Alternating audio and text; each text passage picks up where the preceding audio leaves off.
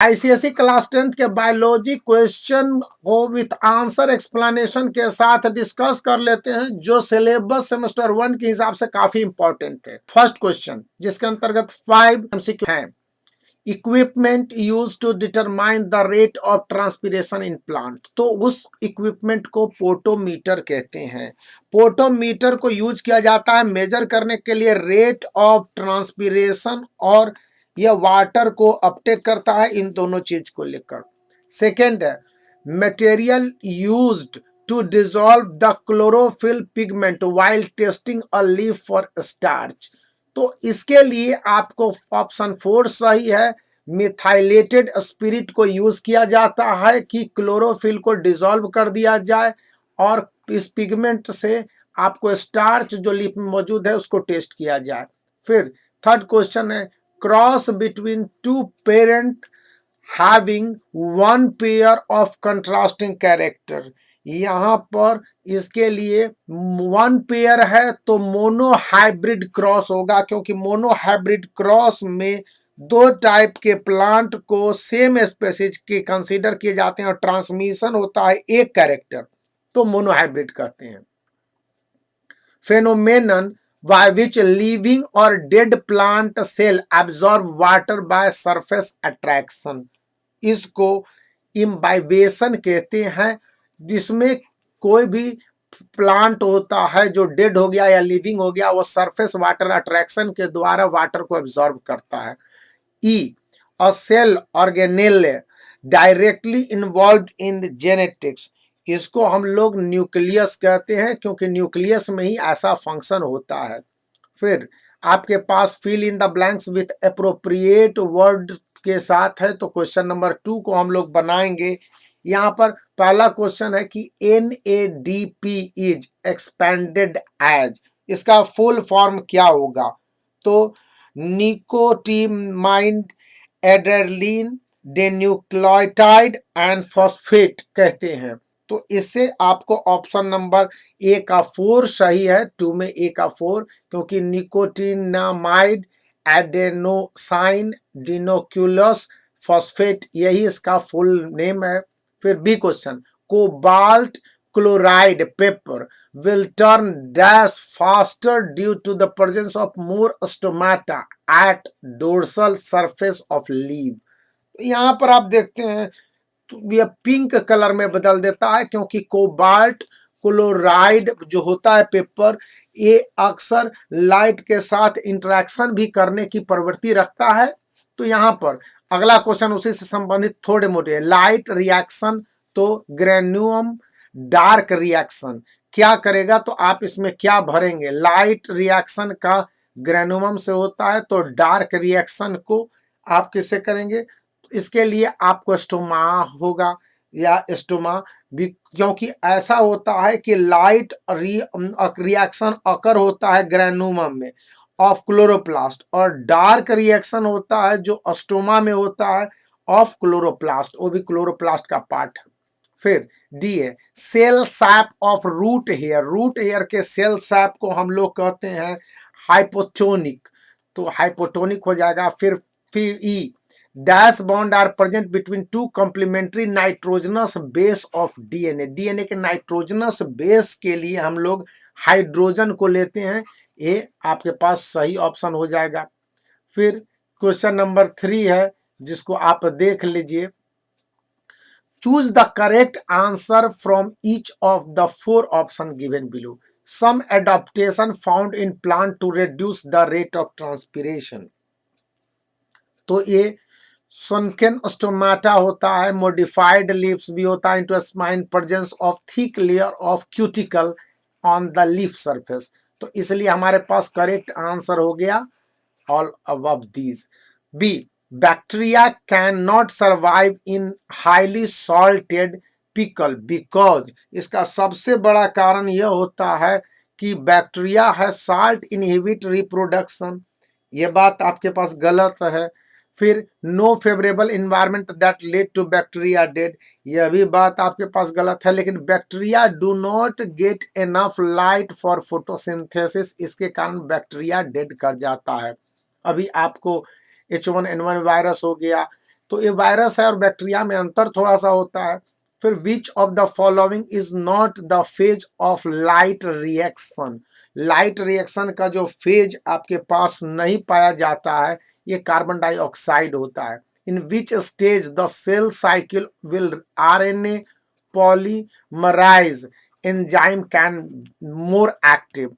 तो इस कंडीशन में आप देखेंगे कि G2 टाइप फेज होता है ना, इसी में आरएनए सबसे ज्यादा एक्टिवेट करता है, क्योंकि आरएनए पॉलीमर है वो नीडेड होता है प्रोटीन सिंथेसिस के लिए, और यह होता है G2 फेज के अंतर्गत।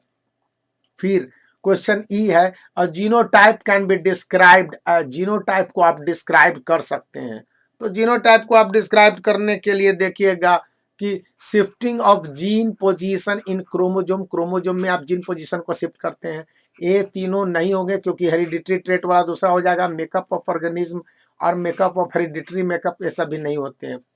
सेक्शन 3 जो आपको बताता है कि डीएनए, इस टर्म को आपको एक्सपैंड करना है। तो डीएनए को आप एक्सपैंड करने के लिए देखेंगे कि double stranded molecule having long chain of nucleotide होगा। यहाँ पर यूनिकोड नहीं होगा, सिंगल स्ट्रैंडेड नहीं होता है, कंडेंस्ड भी नहीं होता है, इसलिए थर्ड ऑप्शन सही है। 4B, टर्गर प्रेशर किसको कहते हैं? टर्गर प्रेशर होता है इसके कारण pressure of water against inside cell wall of a plant cell में होता है। यह हमेशा प्लांट सेल में होगा, उसके सेल वॉल के अंदर जो वाटर का प्रेशर होता है इसको कहते हैं। सी क्वेश्चन है कि लॉ ऑफ सेग्रीगेशन किसको कहते हैं? तो लॉ ऑफ सेग्रीगेशन जब भी देखेंगे कि ये out of one pair contrasting character नहीं होगा, लेकिन two member of a pair of factor separate during a gamete formation, तो ये हो जाता है law of segregation. D question है ब्लीडिंग एंड फोटोलाइसिस, तो डी ब्लीडिंग किसको कहते हैं?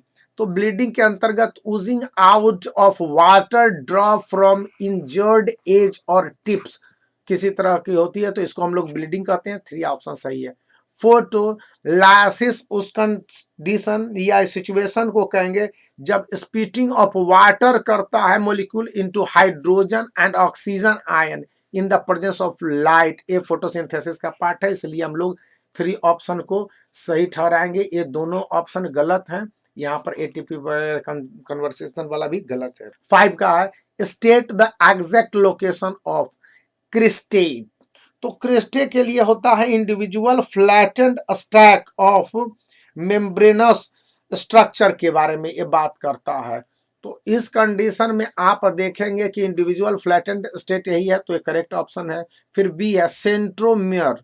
सेंट्रोमर के लिए आप कहेंगे point of attachment of 2 chromatid sisters के लिए होता है, क्योंकि वे बदलते हैं अपने पोजीशन को क्रोमोसोम में, और जब भी सेंटर में होते हैं जिसको हम लोग मिटोसेंट्रिक कहेंगे, तो उस कंडीशन में भी इनका लॉन्ग और शॉर्ट टर्म आर्म जो होता है ना वो भी काफी चेंज करता रहता है, इसलिए हम लोग पॉइंट ऑफ अटैचमेंट को सेंट्रोमर के रूप में जानते हैं। फ्लोएम टिश्यू है, इसके बारे में आप देखेंगे कि ये outer side of vascular bundle में होता है। इसके कारण होता है कि जो भी वैस्कुलर बंडल मूवमेंट के अनडायरेक्टेड मूवमेंट में गिना जाता है, और इस मूवमेंट के कारण बाई डायरेक्शनल भी होता है और ट्रांसपोर्ट करता है फूड मटेरियल को different part of body. Lenticels या लेंटिसल्स किसको कहते हैं? तो लेंटिसल्स के लिए आप देखेंगे कि ये होता है present of epidermis in the of the stem of woody plant में पाया जाता है, और इसके साथ है loose aggregation of cell in bark of the stem and root. तो ये दोनों सही है, इसलिए हमारे पास ऑप्शन 4 होगा, वो सही माना जाएगा। थायमीन, थायमीन का नाम सुना है? थायमीन किसको कहते हैं? तो थायमीन एक तरह से नाइट्रोजनस बेस होता है डीएनए में, ये तो कंप्लीट रूप से सुना हुआ ही है कि thymine is one of the 4 nitrogenous base in DNA, और रेस्ट आर एडेनाइन होता है।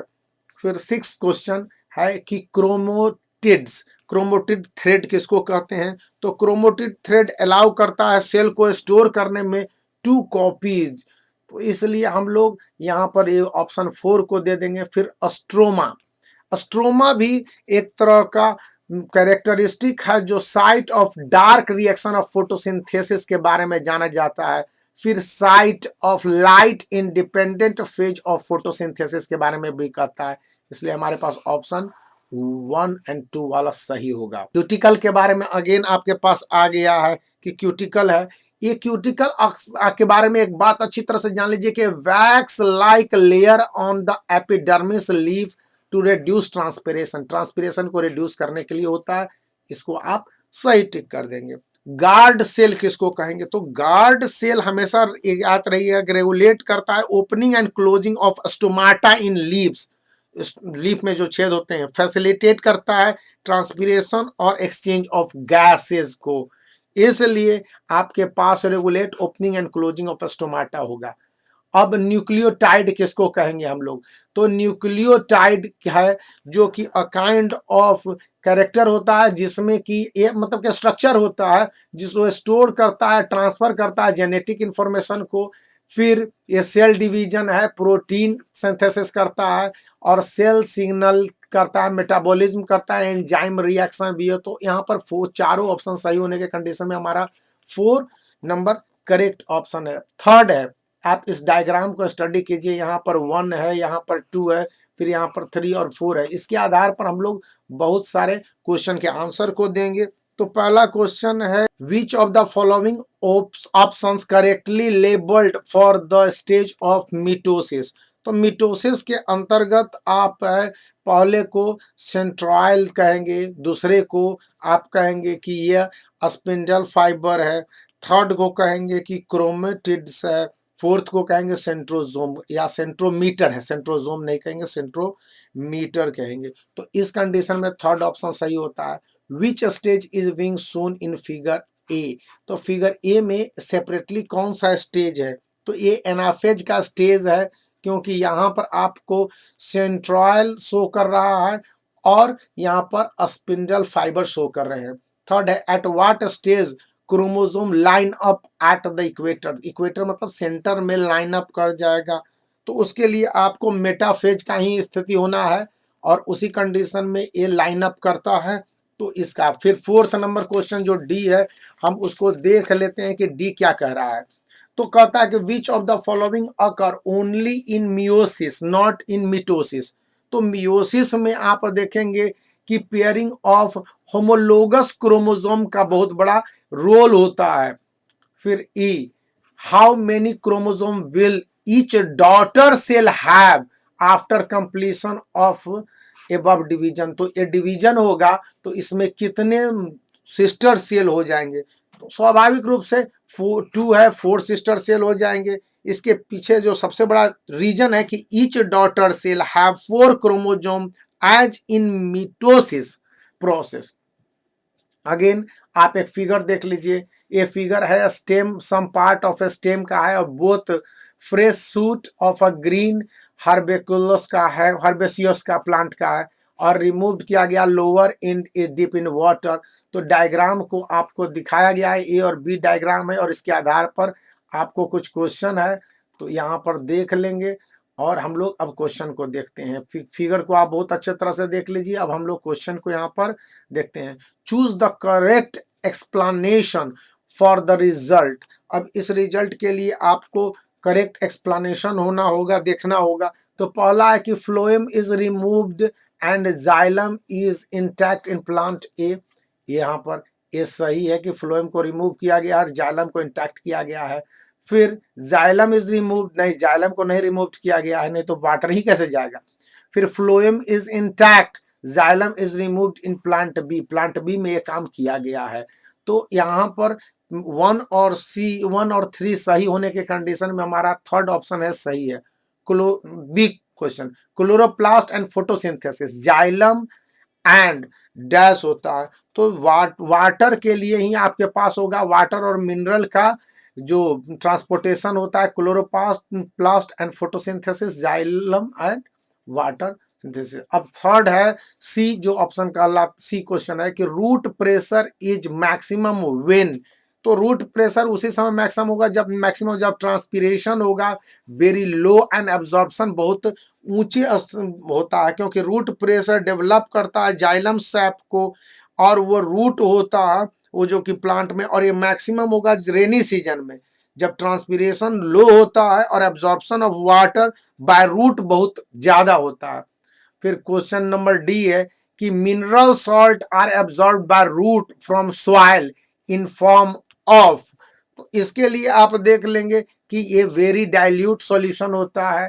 फिर इस डी में आपके पास यहाँ पर हो जाएगा, और उस तो वेरी डाइल्यूट सोल्यूशन होने के साथ है कि मिनरल जो एब्जॉर्ब करता है प्लांट रूट के द्वारा, ये सॉइल सॉल्यूशन में होता है, और इसके कारण मिनरल एग्जिस्ट करता है पॉजिटिव चार्ज को, तो ये कंसंट्रेशन भी हो जाएगा आपको, हाइपर टोनिक सॉल्यूशन भी हो जाता है। इसके पीछे कारण है कि पॉजिटिव आयन चार्ज जो एब्जॉर्ब होता है और क्ले पार्टिकल्स के कारण होता है, क्ले पार्टिकल्स नेगेटिव चार्ज हो जाता है ये भी। और वेरी कंसंट्रेटेड सॉल्यूशन होने की जो वजह होती है कि सम अमाउंट ऑफ मिनरल्स है जो डिजॉल्व होते हैं, और जो minerals actively absorb by root plant. तो यहाँ पर एक्सप्लानेशन तो सभी हमको सही लगते हैं, बहुत ही क्लोज है, लेकिन वेरी डाइल्यूट सॉल्यूशन हम लोग डी का 1 दे देंगे। यहाँ पर the plant die due to the wiltering of, जब प्लांट तभी डाई होगा जब जाइलम उसका ब्लॉक हो जाएगा, क्योंकि अवेलेबिलिटी ऑफ वाटर लो हो जाता है और अंडर द सॉइल, और उस समय वो कुछ नहीं कर पाएगा।